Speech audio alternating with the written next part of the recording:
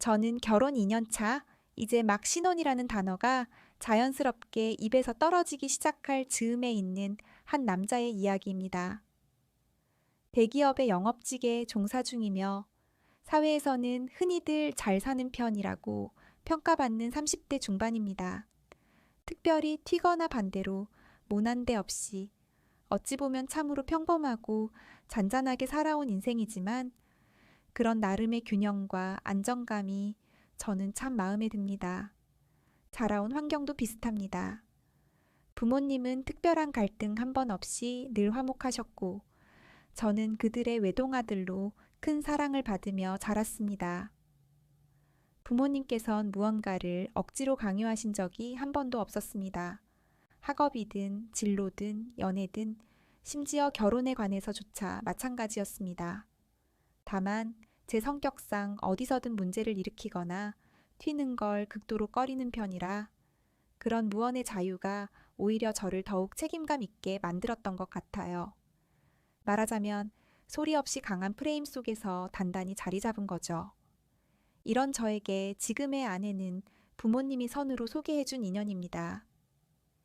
길고 짧은 연애들을 겪어보기도 했지만 그 누구와도 결혼을 진지하게 생각했던 적은 없었습니다. 그러다 자연스럽게 부모님이 권한 자리에 나가보게 되었고 처음 만난 그날의 기억은 아직도 생생합니다.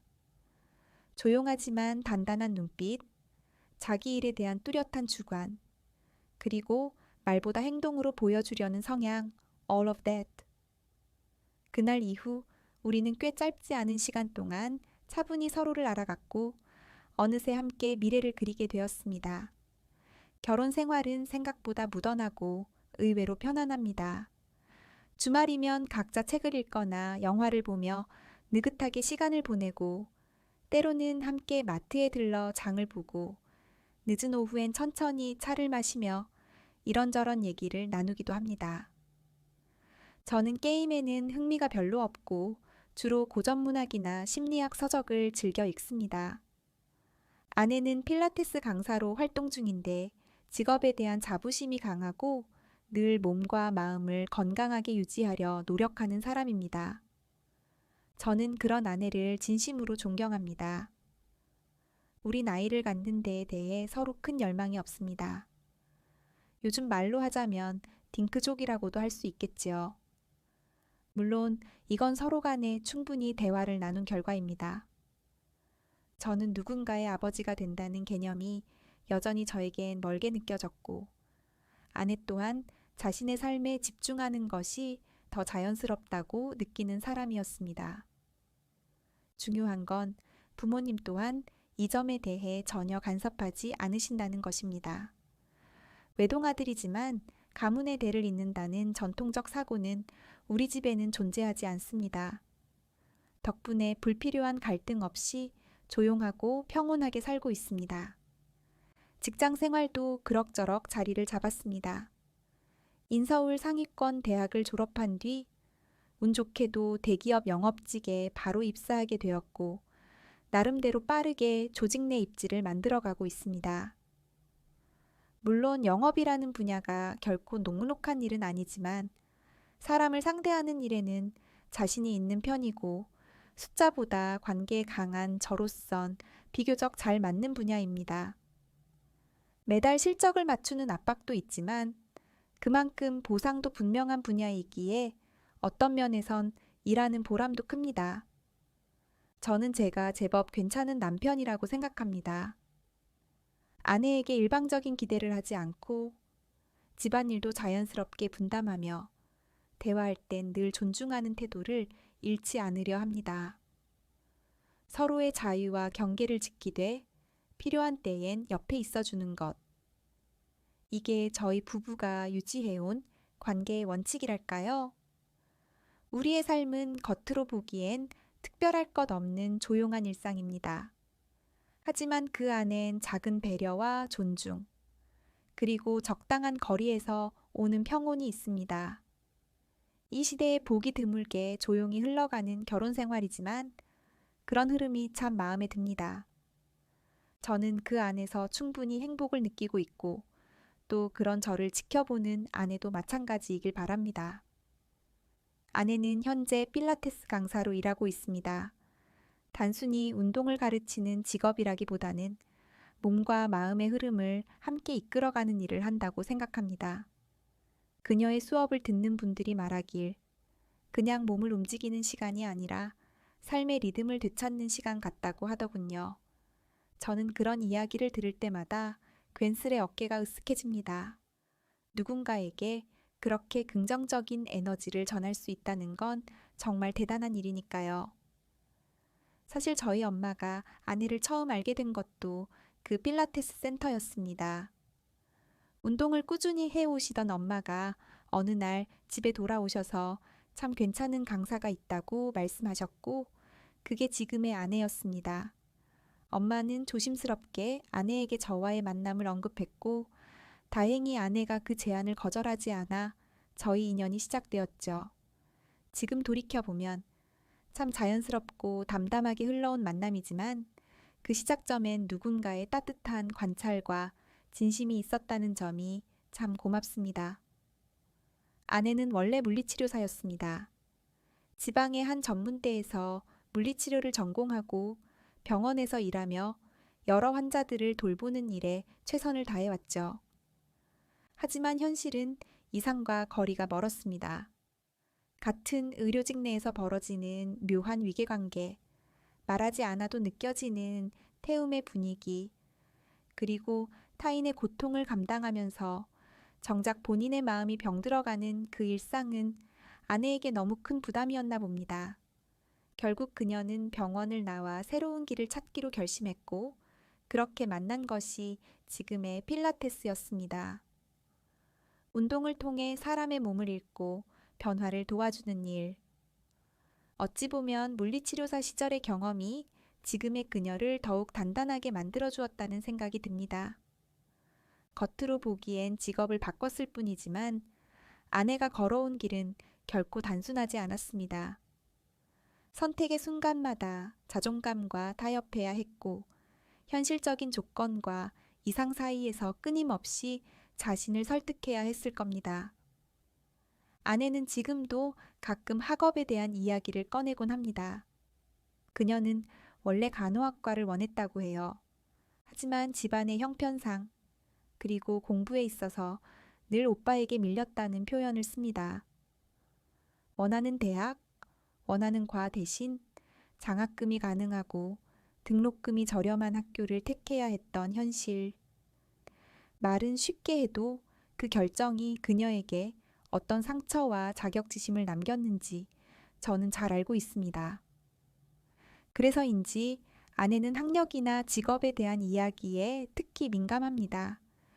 제가 무심코 학위에 대해 언급하거나 그냥 제 기준에서 말한 것이더라도 그녀는 당신은 좋은 대학 나왔으니까 쉽게 말하는 거야 라며 대화를 피하려 하죠.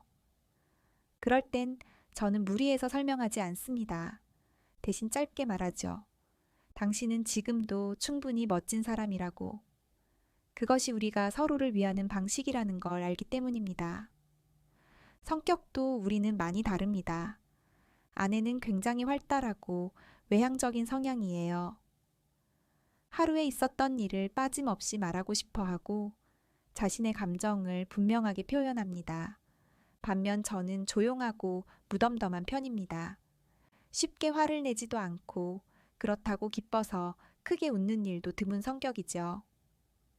그래서 우리 사이의 대화는 보통 아내가 말하고 제가 들어주는 식으로 흘러갑니다. 제가 가끔 조용히 안아주기만 해도 아내는 그게 제일 좋다고 말하더군요. 감정의 결은 다르지만 그게 우리만의 대화 방식이고 위로의 언어입니다. 우리는 서로에게 없던 무언가를 채워주는 관계인 것 같습니다. 아내는 저를 통해 차분함을 배우고 저는 아내를 통해 감정을 나누는 법을 배워갑니다. 때론 엇갈리기도 하지만 그 끝에는 항상 서로를 바라보는 시선이 남습니다. 다름을 인정하고 받아들이는 과정이 부부라는 이름의 의미를 조금씩 더 깊게 만들어주는 것 같아요. 사실 아내와의 결혼까지의 여정은 그렇게 단순하거나 평탄하지만은 않았습니다. 주변 사람들이 보기엔 부모님의 소개로 만난 조용하고 안정적인 커플쯤으로 보일지도 모르겠지만 그 이면에는 우리만 알고 있는 시간의 결이 있었습니다. 누군가와의 인연은 시간이 길고 짧음만으로는 설명할 수 없는 것임을 나는 아내를 통해 처음 알게 되었던 것 같습니다. 아내는 저를 만나기 불과 한 달 전까지 무척 오래된 연인과의 관계를 정리한 상태였습니다. 그 이야기를 처음 들은 건 우리가 몇 번의 만남을 가진 후였습니다. 저에겐 처음부터 아내가 너무 눈에 들어왔고 첫 만남의 자리에서도 내심 이 사람이라는 확신 같은 것이 들어서 속으로는 이미 마음이 많이 움직인 상태였죠. 그런 제 마음을 눈치챘던 걸까요? 어느 날 아내는 조심스럽게 자신의 상황을 이야기했습니다. 고등학생 시절부터 정말 오랜 시간 만났고 심지어 동거까지 했던 남자친구가 있었다고 말이죠. 그리고 그 관계가 정리된 지 한 달 정도밖에 되지 않았다는 말도요. 아내는 사실 소개 자리에 나간 것도 약간의 홧김이었다고 고백했습니다. 그러면서도 제게 정말 미안했다고 이런 식으로 만남을 시작하게 된 것이 본인에게도 마음에 걸렸다고 덧붙였죠. 그 말을 들으며 제 마음은 복잡했습니다. 순간 당황스러움도 있었고 솔직히 말하면 질투 같은 감정도 없지 않았습니다. 하지만 동시에 저는 그녀가 그 이야기를 숨기지 않고 솔직하게 말해준 용기에도 마음이 움직였습니다. 무엇보다 그녀의 해사한 미소, 담담하지만 진심이 담긴 눈빛을 보며 이상하게도 그런 사연조차도 이 사람을 더 이해하게 해주는 것처럼 느껴졌습니다. 그래서일까요? 나는 그 순간 놓고 싶지 않았습니다. 시간이 지나며 우리는 조금씩 서로를 알아갔고 그저 소개팅 자리에서의 인연이 아니라 함께 미래를 그릴 수 있는 존재가 되어갔습니다. 아내는 어느 날 제게 말했습니다. 전 남자친구와는 긴 시간을 함께 했지만 신기하게도 어하미래가 보이지 않았다 했고요. 10년을 만나도 결혼이라는 단어가 어색했고 함께 사는 장면이 상상되지 않았어. 근데 이상하게 당신이랑은 몇 번 만나지도 않았는데 그게 보이더라. 그 말을 듣는데 뭐라 설명하기 힘든 감정이 가슴 한가운데를 지나갔습니다. 마치 우리 둘 사이에 어떤 선명한 끌림이 시간의 길이와는 다른 방식으로 작동하고 있다는 듯한 느낌이었습니다. 사람들은 흔히 연애할 사람과 결혼할 사람은 따로 있다고 말합니다. 저는 그 말을 믿지 않았습니다. 아니, 믿고 싶지 않았습니다. 하지만 아내를 만나고 그 말을 다시 떠올려 보니 이렇게도 해석할 수 있겠더군요.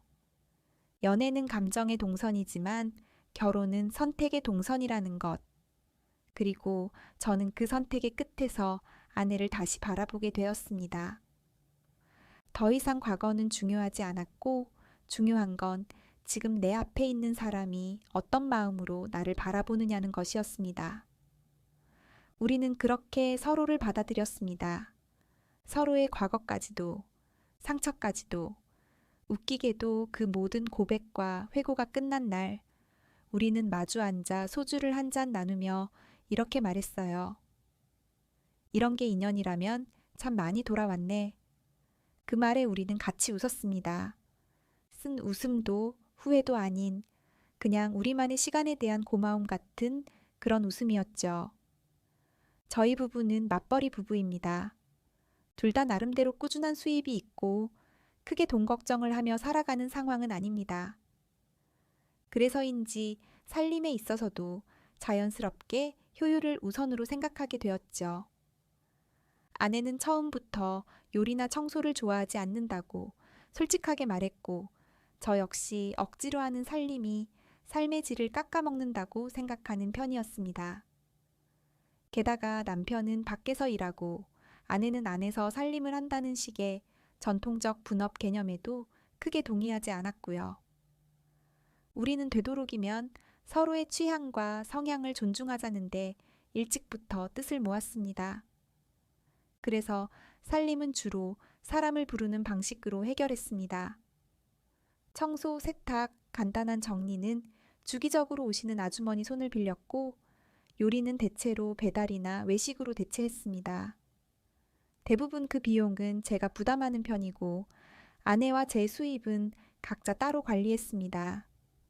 특별한 가계부나 공동통장이 있는 건 아니지만 암묵적으로 6.4쯤 되는 생활비 분담 구조가 자연스럽게 자리 잡았죠. 보험료, 휴대폰 요금, 양가의 경조사 비용 등도 각자가 각자의 몫을 알아서 처리했습니다. 따로 합의한 건 없지만 서로를 믿고 각자의 몫을 알아서 지키는 게 우리 부부의 방식이었습니다. 특별할 것 없는 일상이었지만 그래서 더 편안했습니다. 외식도 단순했죠. 가까운 중국집에서 짬뽕과 우동을 시켜 먹는 일이 가장 흔한 선택이었습니다. 아내는 짬뽕처럼 얼큰하고 진한 국물을 좋아했고 저는 국물이 부드럽고 담백한 우동을 선호했어요. 한 달에 2~3번은 시켜 먹다 보니 어느새 단골이 되었고 사장님과는 얼굴도 익힌 사이가 되었습니다. 배달을 해주시는 분도 저희 또래였고 종종 음료나 간식을 챙겨드리며 인사를 나누곤 했죠. 딱히 말은 많이 하지 않지만 그런 소소한 관계들이 우리 삶을 따뜻하게 만들어주는 요소였어요. 그렇게 조용하고 잔잔한 일상이 이어지던 어느 날 예기치 않은 일이 일어났습니다. 아내가 수업을 하던 센터에서 그녀를 유심히 따르던 수강생이 있었다고 합니다. 그녀는 처음엔 대수롭지 않게 넘겼습니다. 하지만 그 수강생은 점차 수업 이후에도 계속 말을 걸고 퇴근할 때까지 기다리고 심지어 어느 날은 아내가 퇴근하고 집에 들어가기 직전까지 따라붙었다고 했습니다. 거기서 끝이 아니었습니다. 그 남자는 아내의 집 주소를 알아냈고 결국 집 앞까지 찾아오는 일이 벌어졌습니다. 심장이 철렁 내려앉는 순간이었습니다. 그 일을 듣자마자 저는 회사를 조퇴하고 곧장 집으로 향했습니다. 그날 이후로 저는 아내의 출퇴근을 최대한 챙기기 시작했습니다. 아침엔 회사에 조금 늦더라도 아내를 센터에 데려다 주고 저녁엔 야근이 없을 땐 반드시 데리러 갔습니다. 하지만 야근이 겹치거나 아내의 수업 스케줄이 바뀌면 물리적으로 맞추기 힘든 날도 있었습니다. 저는 고민 끝에 결국 집 안 현관 쪽에 실내용 홈 CCTV를 외부엔 도어캠을 달았습니다. 요즘 기기들은 생각보다 작고 눈에 띄지 않습니다. 카메라가 있다고 해도 모르는 사람은 그냥 지나칠 정도죠. 사실 저는 그 장비들을 설치하면서도 아내에게는 말하지 않았습니다. 괜한 걱정을 더하고 싶지 않았고 내가 얼마나 불안한지를 굳이 들키고 싶지 않았습니다. 나름의 보호 본능이었고 조용한 배려라고 생각했습니다.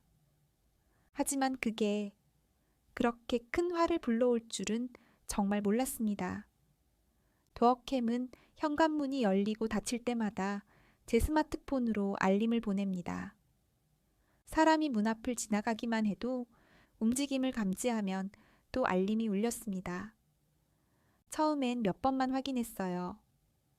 새벽 시간에 알림이 울릴 땐 혹시나 싶어 재생 버튼을 눌러 CCTV를 확인했고 대부분 별일이 없었습니다.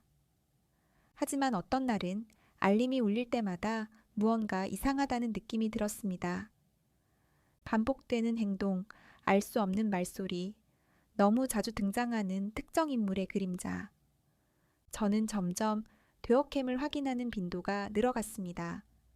불안함은 걱정으로, 걱정은 집착으로 바뀌었고 어느 순간부터 아내의 출입 영상뿐만 아니라 그녀가 누구와 나갔는지, 몇 시에 돌아왔는지 말 한마디 없이도 확인할 수 있었습니다. 그러다 어느 날 아내가 늦게 귀가한 날이었습니다. 도어캠에 찍힌 아내의 모습은 평소와 달랐습니다. 그녀는 누군가와 함께 있었고 문 앞에서 잠시 서서 무언가를 말하다 웃었습니다. 도어캠의 음성인식 기능은 흐릿했고 그 사람의 얼굴은 완전히 보이지 않았지만 그녀의 표정만큼은 똑똑히 보였습니다. 그날 저는 아무 말도 하지 않았습니다. 하지만 그 장면은 계속해서 머릿속에서 맴돌았습니다. 며칠 후 우연히 혹은 의도적으로 그 사실을 말하고 말았습니다. 요즘 집 앞 카메라로 알림 자주 와. 누구 만났어? 아내는 깜짝 놀랐고 금세 눈빛이 차가워졌습니다. 당신, 그걸 왜 나한테 말 안 했어? 그때서야 깨달았습니다. 나는 아내를 지키려던 것이 아니라 어느새 감시를 하고 있었던 거라는 것을요. 그날 이후 우리 사이의 공기가 변했습니다. 아내는 점점 말을 줄였고 웃음이 줄었고 눈을 피했습니다. 저는 그 상황을 바로잡기 위해 해명하려 했지만 말이 길어질수록 더 구차해졌고 아무것도 회복되지 않았습니다. 그리고 결국 도어캠을 단 그 선택 하나로 제 결혼 생활은 완벽하게 무너지고야 말았습니다. 우선은 이상했습니다. 아내는 저와 함께 출근했고 늘 같은 시간에 저와 함께 집을 나섰지만 점심 무렵이면 다시 집으로 돌아오곤 했습니다. 평소엔 수업 사이사이 짧은 휴식이 있을 뿐이지 거의 하루 종일 수업이 이어진다고 말하던 아내였습니다. 하지만 어느 순간부터 이런 생각이 들었습니다. 도대체 센터에는 언제 나가는 거지? 처음엔 단순한 의심이었습니다. 바쁘다는 말과 다르게 자주 집에 머무는 아내의 동선이 어딘가 불일치했거든요. 참다 못해 아내가 다닌다는 센터에 전화를 걸었습니다. 의외의 대답이 돌아왔죠. 그 강사님은 꽤 오래 전에 그만두셨어요. 결혼하시고 얼마 안 돼서요. 말문이 막혔습니다. 꽤 오래전이라는 말은 결혼 후 얼마 안 됐다는 의미였고 그건 곧 저에게 거짓말을 해온 시간도 오래되었다는 뜻이었습니다. 그리고 그 스토킹 사건도 결국 전부 거짓이었습니다.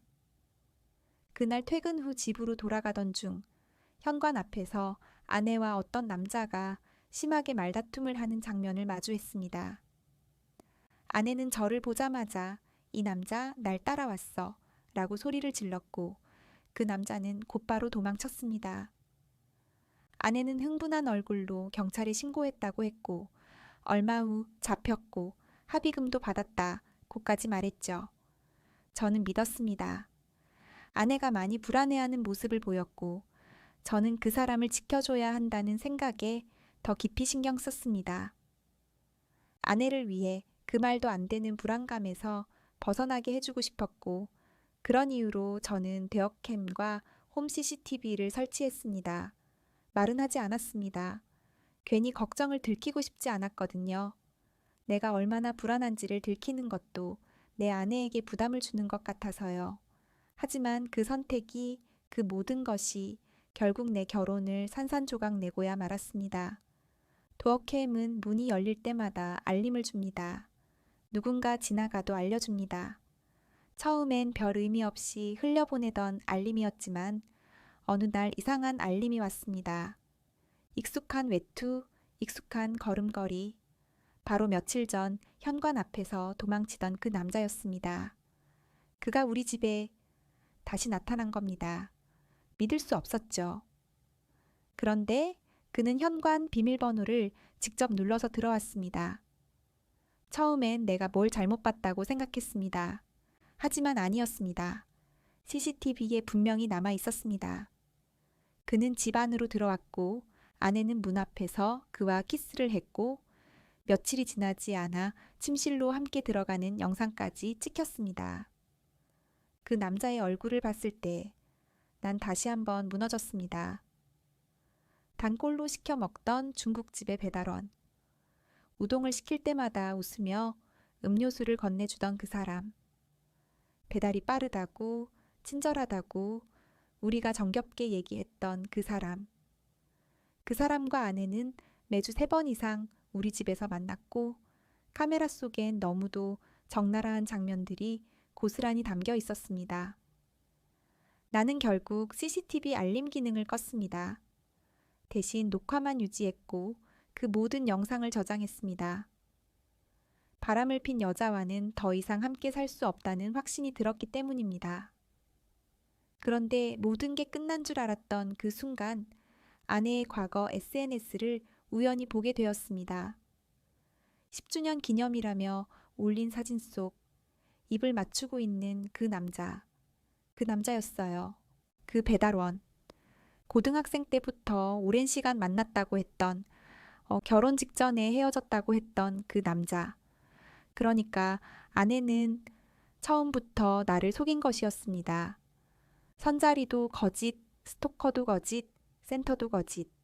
사실 그 사람과 아내는 헤어진 게 아니라 이중 생활을 한 것이었습니다. 그 사람은 여전히 아내의 남자였고 나는 그 사이에 끼어든 합법적인 방패막이에 불과했던 겁니다. 이 사실을 받아들이고 난 이후 저는 매일 죽고 싶다는 생각을 했습니다. 감정이 무너지고 현실이 무너지고 내 존재 자체가 부정당하는 느낌. 집으로 돌아갈 때마다 마주치는 아내의 얼굴은 이제 혐오 그 자체였습니다. 그녀는 여전히 센터에서 있었던 일을 이야기했습니다.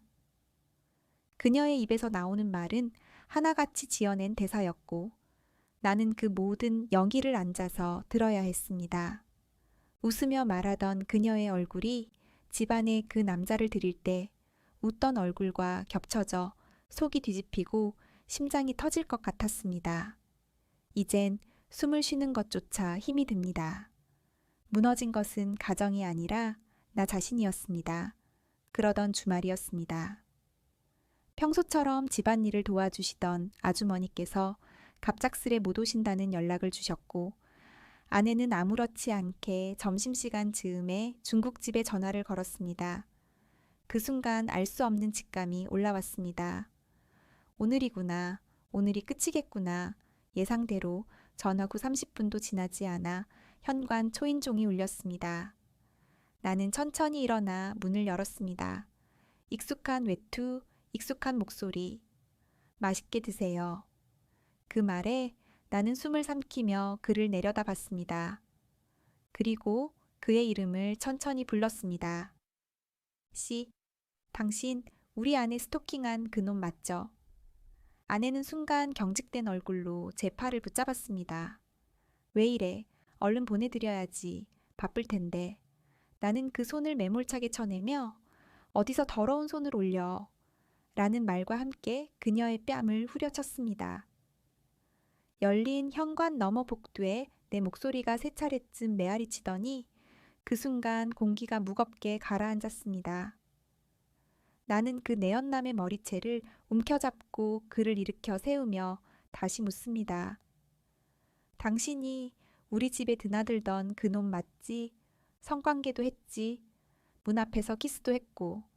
말해 맞지? 그 남자는 당황한 기색으로 무슨 소리 하는 거냐며 오히려 화를 내더군요.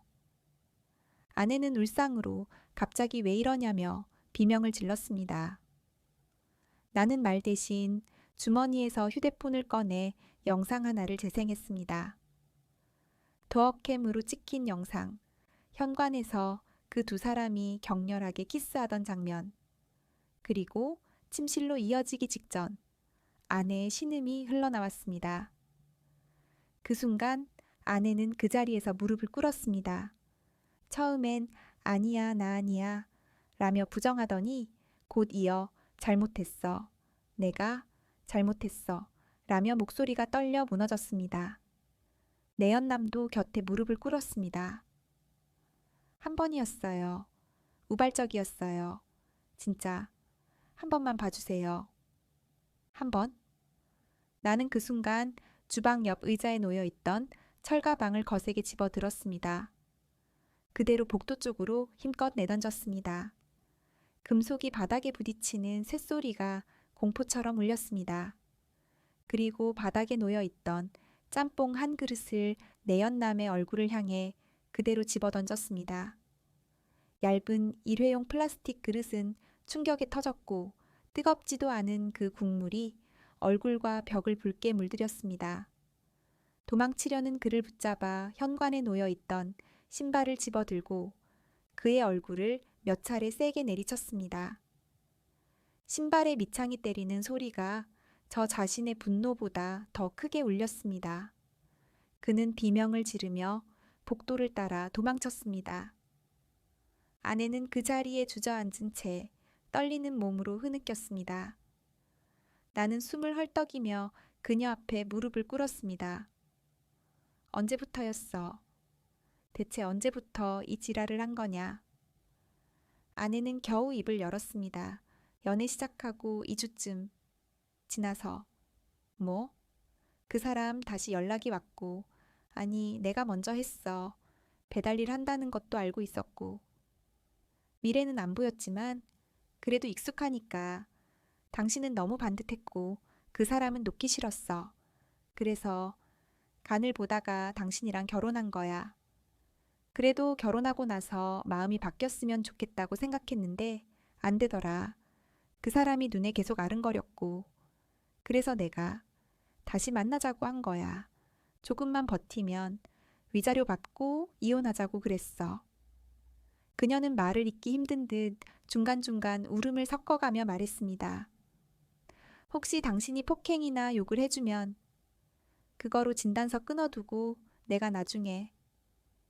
아내는 입을 다물었습니다. 나는 기가 막혀 허탈한 웃음을 내뱉었습니다. 숨이 막혔고 손이 떨렸고 나는 그 순간 내가 사랑했던 사람이 실은 날 철저히 이용했던 괴물이었다는 걸 알게 됐습니다. 평생을 함께할 사람이라고 믿었는데 결국 겨우 이 정도였다는 걸 알게 됐을 땐 참 뭐라 말할 수 없는 감정이 올라오더라고요. 말이 안 나왔어요. 말문이 막힌다는 게 이런 건가 싶었고 어이가 없다는 말로는 부족하단 것도 그때 처음 느꼈습니다. 다니던 센터는 어떻게 된 거냐고 물었더니 술집에서 알바한 걸 걸려서 잘렸답니다. 어떻게 이런 대답이 입에서 나올 수 있죠? 거짓말도 사기 같은 말도 여기까지 오면 그냥 사람 인생을 이용해 먹은 거죠. 생활비는 전부 빚이었고 심지어 마이너스 통장까지 돌려가며 유지했던 거더라고요. 그리고 저한텐 아무렇지 않게 당당하게 위자료 받으면 그걸로 메꾸려고 했다네요. 말을 듣는 내내 진짜 인간이 어떻게 이 지경까지 망가질 수 있나 싶었습니다. 그 순간 느낀 감정은 실망도 분노도 아닌 뭐랄까 그냥 혐오감이었어요. 인간의 더럽고 추악한 면을 전부 아주 적나라하게 본 기분이었죠. 그렇게 제가 입을 꾹 다문 채 아무 말도 못하고 있는데 아내는 울기 시작하더니 제 다리를 붙잡고 늘어지면서 한 번만 용서해달라고 이번엔 정말 완전히 정리하고 다시 잘 살겠다고 저마저 본인을 버리면 이제 정말 남는 게 없다며 엉엉 울더라고요. 엉엉. 그 단어 외엔 달리 표현할 수가 없을 정도로 정말 처절하게 울었어요. 그런데 신기하게도 그 모습을 보고 불쌍하단 생각이 안 들었어요. 눈물 나고 가엾고 그런 감정보다 앞선 건 단 하나, 혐오. 진심으로 사람한테 혐오라는 감정을 느낀 게 처음이었어요. 울고 매달리는 그 손이 너무 역겨워서 그 손을 거칠게 뿌리치고 단호하게 말했죠. 당장 나가, 당장 꺼져. 그 다음 날 본가로 내려갔어요. 부모님께 전부 이야기 드렸습니다. 아내가 어떤 짓을 했는지, 저를 어떻게 속였는지 하나도 숨기지 않고 다 말씀드렸어요. 부모님도 충격을 받으셨죠. 특히 어머니는 말없이 한참 동안 저를 바라만 보시다가 조용히 고개를 끄덕이셨어요. 그 눈빛이 더 무너지는 기분이었죠. 그리고 바로 변호사 사무실 찾아가서 아내의 명백한 불륜을 근거로 이혼 소송 준비했고요. 그와 동시에 상간남 소송도 함께 진행했습니다. 내연남에게도 똑같이 책임을 묻겠다고 저는 끝까지 갈 거라 말했어요. 처가 쪽에도 전부 전달했습니다. 그간 저를 어떻게 이용했는지 결혼이 아니라 작전이었다는 사실을 다 거짓말이었다는 걸 사실은 오랜 남자친구와 지금까지 관계를 유지하면서 저를 그냥 도구로 썼다는 걸 다 말했어요. 처가 쪽에서도 말문이 막히더군요. 그동안의 체면이고 뭐고 다 깨졌겠죠. 중국집에도 말했습니다. 그 배달원이 내 아내랑 바람핀 놈이라고요. 항상 인사하고 음료 챙겨주던 그 인간이, 우리 집 현관 비밀번호까지 누르던 그 인간이, 내 아내랑 불륜을 저지르던 그 인간이라고. 생각 같아선 그 CCTV 영상이며 도어캠 영상이며 전부 세상에 뿌려버리고 싶었습니다. 온 동네, 아니 인터넷에라도 퍼뜨리고 그 두 사람 미친 년놈들이라고 욕이라도 실컷 먹게 만들고 싶었어요. 근데 그걸 참았어요. 억지로, 정말 이를 악물고 참았습니다. 결국 이혼 소송은 순조롭게 마무리됐고 법적으로도 두 사람에게 위자료 청구 다 끝냈습니다. 문제는 받을 돈이 별로 없다는 거죠. 아니 이제는 전처라고 해야겠네요. 그 사람은 이름만 살아있는 인간이더군요. 빚이 3천이 넘는 데다가 통장엔 잔고도 없고 자산도 전무, 상간남도 비슷한 상황일 거라 생각돼요. 그래도 포기할 생각은 없습니다. 가진 거 없으면 없을수록 더 끌어낼 수 있도록 그대로 시간 들여서 인실조 제대로 보여줄 생각이에요. 전 정말 그 사람을 믿었고 사랑했습니다. 함께하는 삶을 상상했고 내 전부를 줘도 아깝지 않다 생각했던 사람이었는데 이렇게 끝나버렸네요. 무너지고 나니 이제는 누굴 다시 믿고 사랑할 수 있을지 그게 정말 모르겠어요. 어떻게 다시 누군가를 받아들이고 기대하고 나를 드러낼 수 있을지 잘 모르겠어요. 사람을 믿는 게 지금은 너무 두렵습니다. 그래도요, 생각해보면 세상 일이 그렇게 나쁜 일만 계속되지는 않잖아요. 죄를 지은 사람은 벌을 받아야 하고 나쁜 일이 지나가면 그만큼 좋은 일이 찾아온다고 믿고 싶어요. 그래서 앞으로는 내가 행복하게 사는 것. 그게 최고의 복수라고 생각합니다. 부끄럽지 않게 후회 없이 남은 인생은 더 단단하게, 더 치열하게, 그리고 더 나답게 살아가려 합니다.